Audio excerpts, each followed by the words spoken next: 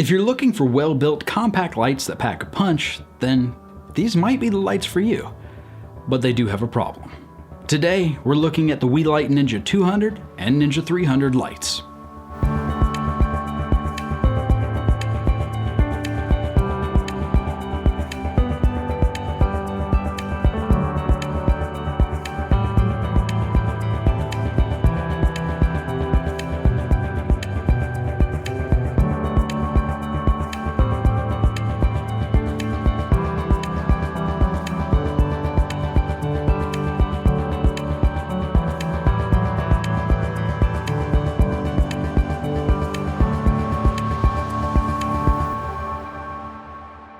In the interest of full disclosure, I do want you to know that these lights were sent to me for the sake of this review.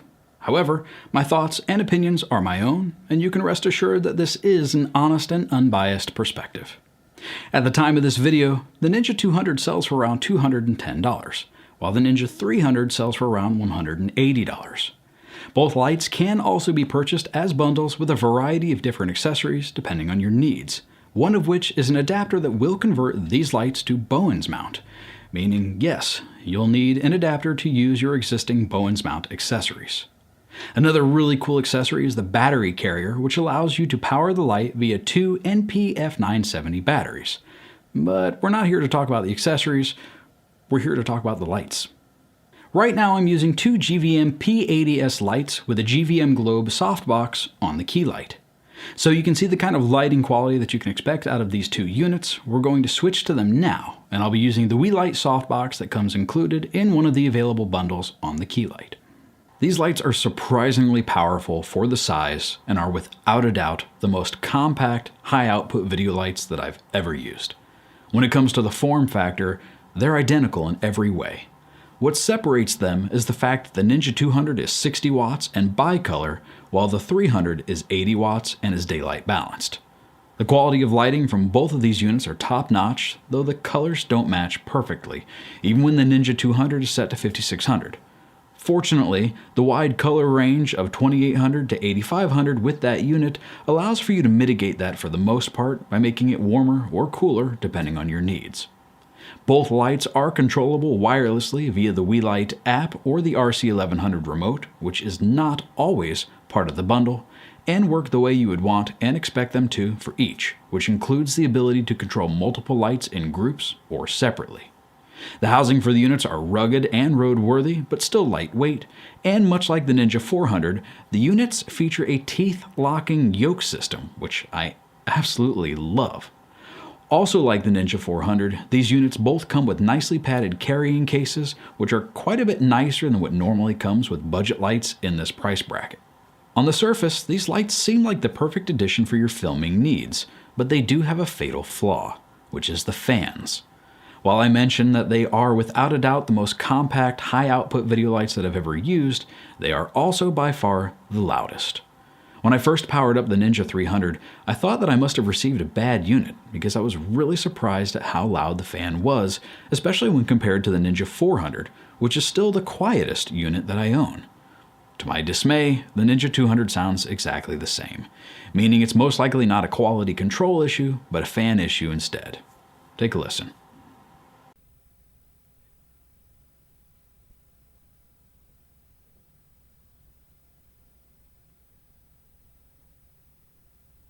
This is an audio test in a real-world filming situation using two GVM P80S lights, so you can get an idea of the fan noise and how it measures up against my voice in a treated room.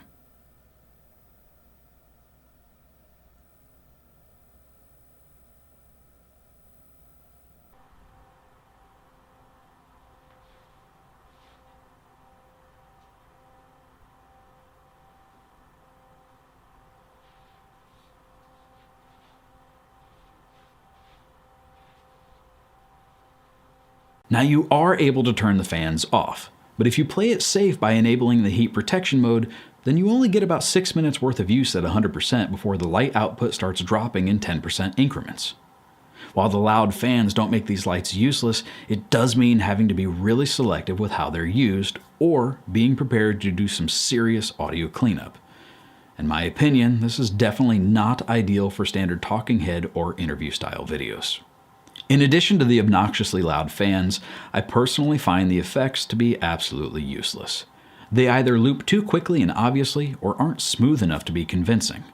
For example, in the real world, the light from a firework fades gradually, whereas the firework effect on these units steps down noticeably.